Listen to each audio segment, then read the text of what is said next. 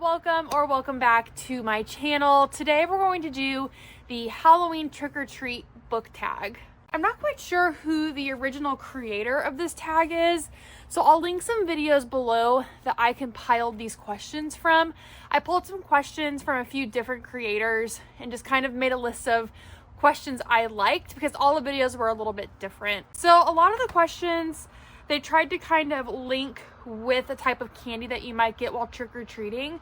So I just thought it was really fun. And since Halloween is this Friday, I thought it was a perfect time to do this tag video. So there are only 8 questions, so we should be able to knock this out here pretty quickly, but I think I have some really good books that I want to talk about today in this video. And Chloe's currently staring at me through the window. She's in a very strong, I want mommy phase. So I've been trying to find ways to sneak around the house without her catching me, and this time didn't work. But anyways, let's go ahead and jump straight into this tag video. So before we start, I do want to say I am taking advantage of sitting outside while I can. I think this is going to be one of the last of the somewhat few days we have left where it's kind of semi-enjoyable to still sit outside during the evening hours, but it is starting to get kind of cold here. And then once the sun goes down, it's already getting into the 30s at night, which is crazy because it's October. For it to already be down in the 30s is kind of unfortunate. So hopefully winter isn't bad. So our first candy is the Kit Kat bar, and that is the most anticipated release. So as of late, I will say my most anticipated new release is one that is already out. I think it came out at the beginning of this year, but it's one I still really want to read, and I just haven't gotten to get to it yet, and that is Never Flinch by Stephen King. So for those of you who don't know, I am a paralegal and I work in the legal field. I talk more about that in my booktuber newbie video, but what caught my initial attention to this book is that it has the scales of justice right on the front. So immediately I was hooked. And I've never read a Stephen King book. I've always wanted to, but for some reason they always intimidate me. I have started his novella, The Body, but I have not finished it. So that's my goal, hopefully soon, is to restart that book and get through that. But I would really like to read Never Flinch by him. And I think what really solidified for me that this book was one that I wanted to read. So the end of the little caption at the end says, "I will kill 13 innocents and 1 guilty. Those who cause the innocent to die will thereby suffer. This is an act of atonement." And that just really grabbed my attention. So along with the scales of justice being on the cover, having that little spooky caption really grabbed my attention. And I think it's what I want to get to. And in comparison to a lot of other Stephen King books, it doesn't seem quite as lengthy. And I think that's why I get so nervous to read a lot of his stuff. It's because they're very, very chunky books. This one, although chunky, isn't the Stephen King big, It chunky. So that's my most anticipated release. Although it was released earlier this year, it's one that I still am going to count as an anticipated release and one that I'm excited to hopefully get to sooner rather than later. So our next candy is M&M's, and that is a book with a colorful cover. And for that, I chose Dead 11 by Jimmy Giuliano. So I think I've said before, but I will say it again, and anybody who ever asks me, I will say it over and over again. This was a very unexpected 5-star read for me. I attempted to read this book 2 previous times, just the physical copy, and I, for whatever reason, was not able to get through it. But then on the 3rd try, something was just telling me, give this book one more try. This book, something about it was special. I don't know what it was, but something just called me to this book. So I incorporated the audiobook with this on my 3rd try. And guys, this was an instant favorite.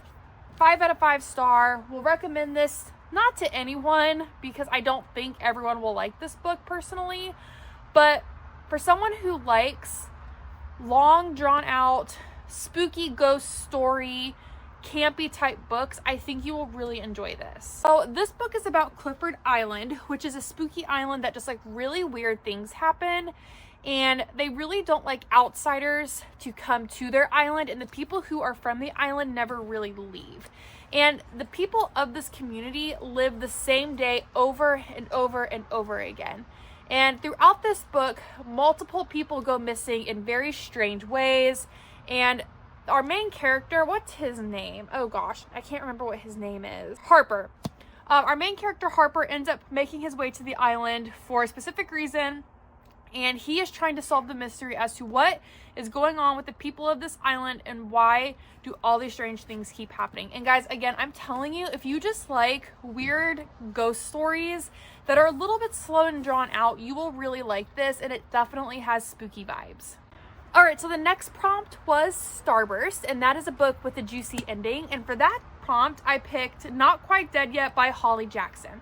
So this is Holly Jackson's first adult release. It came out this year, and I was able to get it as soon as it was released, and that was a really fun reading experience. This I really enjoyed. So I think it had a very slow beginning. I know I said in my actual reading blog of this book, which I will point you to if you want a more in-depth like review of what I thought of this book. It started off very slow, and I was concerned I was not going to like it, but then the last like 50 to 25% was absolutely wonderful, and the ending was great.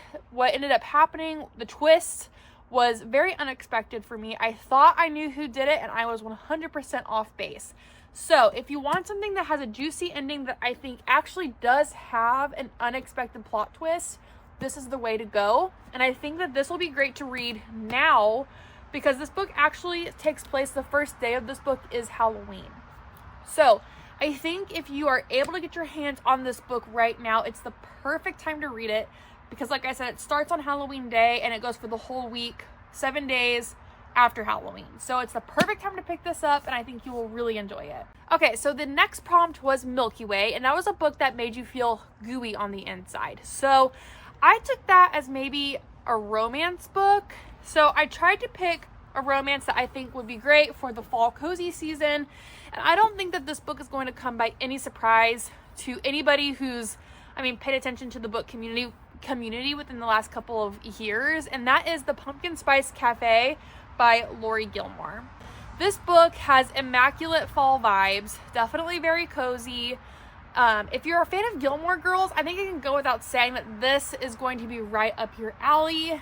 There is a very spicy romance that happens in this book, but what's also kind of cool about this is that there's also like a cozy mystery element. And I will say, not that I was like freaked out on the edge of my seat, but there definitely was like some elements to this that were very spooky, and I found that to be quite unexpected. I thought I was just going to be picking up like a fall romance book.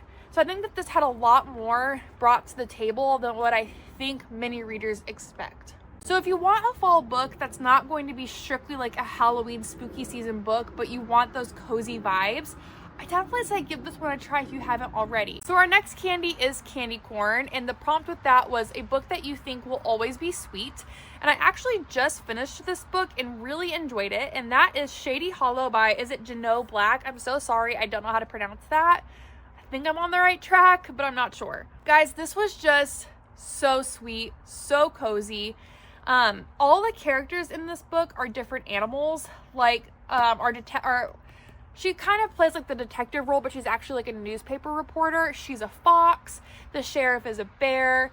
The murder victims are a frog and a beaver. The moose owns a coffee shop. Like, it's just so fun to kind of have to really use your imagination to picture animals, all these different species, like living in this community together as if it's just a normal day-to-day life.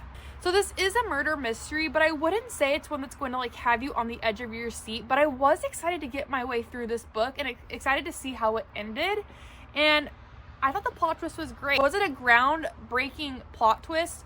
No, but I thought it was really fun how our author came to the conclusion that our murderer was who it was. I didn't really have it pinned at the beginning, but once I found out who it was, it made total sense. I think if you're looking for a book this fall season that's really just gonna like get you out of the day-to-day grind, allow you to use your imagination a little bit, and just really take yourself into a different setting, I would give Shady Hollow a chance, because that's exactly what I experienced when reading this book. Our next section of questions don't actually have a candy linked to the prompt. I got these questions from a different creator, and they just didn't use candy for their questions. So I thought they were still good questions, and I wanted to go through them, but just know they don't have candy linked to them. Okay, so the first one is a favorite book that you've read during the Halloween time. I'm going to have to say one of my favorite books I've ever read during the Halloween season was The Woman in Black by Susan Hill. And this is, I guess, considered a classic ghost story. Once I got used to the writing style, I could not put it down, and this book actually really spooked me. Okay, so this is about our main character, Arthur, and he works as a junior solicitor, and he was summoned to come to, what was her name? Alice Droblow? Yeah, her funeral. And he then had to execute her final will and testament and make sure all of her final wishes were respected. But really weird things start happening when he's there. So he actually lives, I think it's called Marsh House. Yeah, L Marsh House. He actually ends up staying there. That's the Alice Droblow's home. And he ends up living at her house. And all of a sudden, like, his whole entire life is taken over by this shadowy character. And he starts dreaming about it. He starts seeing her. Just really weird things start happening. And then she starts to make appearances to him. And she's actually like head to toe dressed in black. So just really, really spooky. And there was a specific part in this book, I will say, when I read it, I physically gasped because I was so spooked. So I'm telling you, it's a short book. I think it's less than 200. Yeah, it's literally less than 200 pages. Once you give this a chance, knock out the first couple chapters to get used to the writing style. I mean, it literally says an old classic English ghost story. So once you get used to the writing style of this, you will truly enjoy this book. And I think that this is an excellent Halloween read because it's a prime ghost story. And I don't ever see people talking about this book, so I think it's very underrated. And I think people who don't even read classics will like this because I literally, up until like literally right now, when I am trying to read a separate classic, which I will be talking about in a different video, I have never read a classic before. This is the only one I've ever successfully made it through, and I could not put this book down. 10 out of 10 recommend. Great for the Halloween season, and you guys have to give this one a go. Okay, our next question is, have you ever dressed up as a book character for Halloween? So I will say I've never actually dressed up as a book character for Halloween specifically, but I am a millennial. I was, in middle school, entering into high school during prime Twilight season, guys. Like, that was my teens, was Twilight. I read all the books. I went to all the premieres. So even though I never dressed up as a movie character for Halloween, me and my best friend at the time, we were diehard Twilight fans, and for every single new release, we dressed up and made t-shirts, because you know how it was like Team Edward or Team Jacob, which I was 100% Team Jacob and she was Team Edward. And we would make these really fun t-shirts that said Team whatever, and we would dress up, and it was just a really fun time. So even though, yeah, it wasn't specifically on Halloween, I think that's the closest I've ever come to just being so engrossed in a character that I wanted to dress up as them for something out in public. So going to the movie premieres, we used to get so dressed up, we were so into it, and those are core memories from my teenage years. All right, and then the last question is books I want to try to read before the end of fall. So I think originally this was books you wanted to read before spooky season was over, but Halloween is literally in 3 days, and there's just no way I'm going to get to all of these books, plus the books I'm already in the middle of, in the next 3 days. That's just not really feasible. So I just changed it to the cozy season, and these are books I want to try to get to before the end of fall. So I'm going to do the two more spookier ones first. Well, we'll get to that, and then I'll do the more cozier ones last. So the first spooky book I want to try to get to before the end of the season is My Best Friend's Exorcism by Grady Hendrix. So I have heard nothing but excellent things about this book. I won't go on about it too much because I definitely think that this book is not new to the book scene, and I don't want to go on and on and on about a book that a lot of people already know about. And I think it's going to give prime 80s, 90s, early 2000s vibes, and that's the kind of stuff I really enjoy because it feels very nostalgic. I'm gonna try to get to this before the end of the fall season. If not, we'll just wait till next year. Who says you can't read a spooky book in December? So this is one, I don't know if this is going to be spooky. For some reason, the cover just gives me spooky vibes, but I don't know if this book would actually be considered a spooky book, and that is Dungeon Crawler Carl by Matt Dinman. My husband, who is not a reader, I mean, he reads here and there, but like, I wouldn't say like he reads like a reader.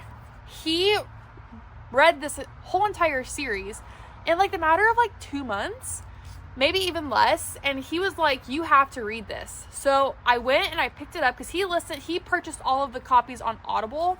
So I went and picked this up. I think it was on Amazon for like $15, and this is normally a $30 book.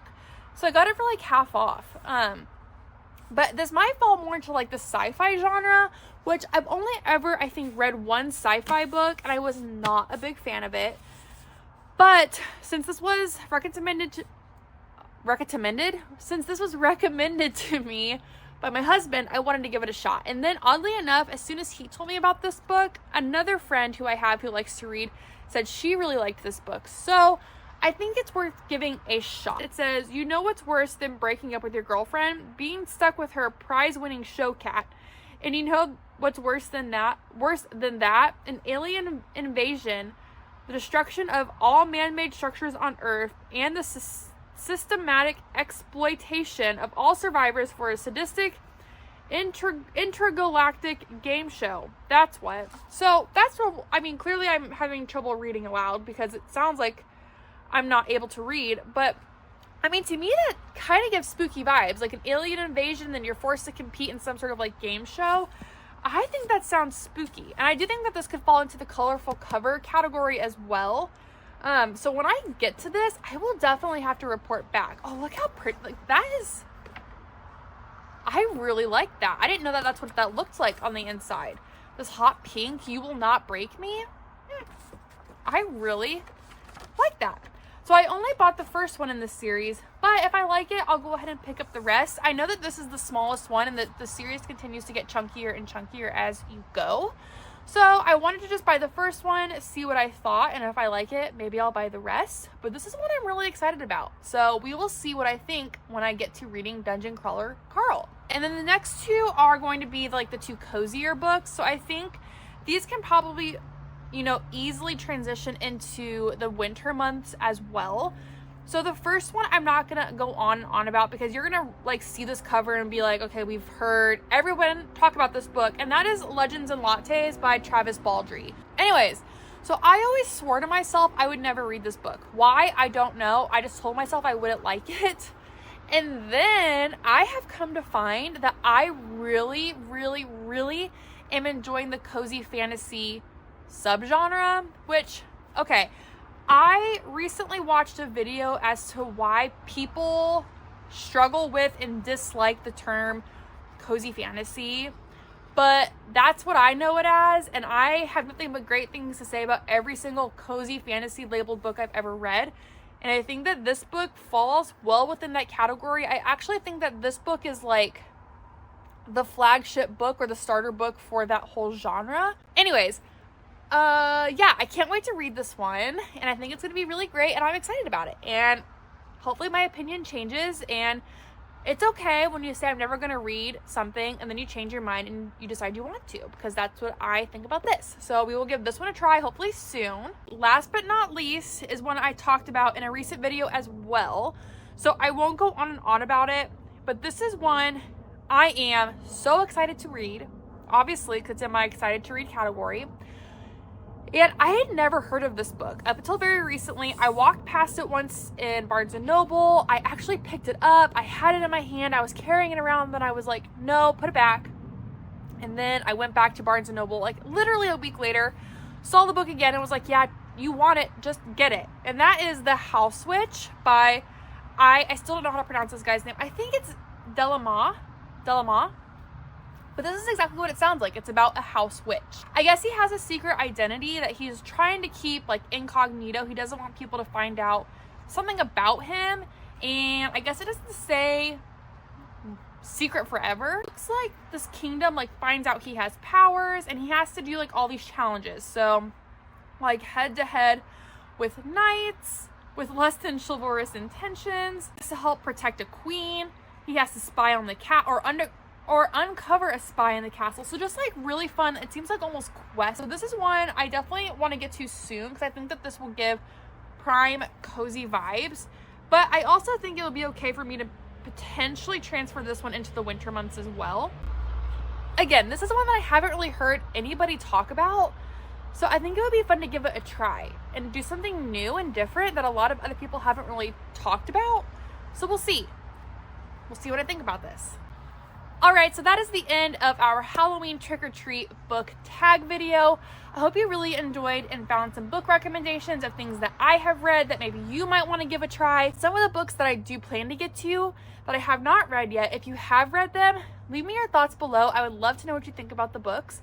So leave me a little comment down below. I also want to say happy Halloween for those who celebrate, and just happy spooky season and happy cozy time. I can't believe we're already about to go into November, which means we are going to be getting into holiday reading before we know it. So I want to try to fit in several more spooky season books before we get there. And as always, if you would, I would really appreciate if you could like and subscribe to my channel, help my little corner of the internet grow. And until next time, I'll see you when I see you. Have a great Halloween and see you next time. Bye.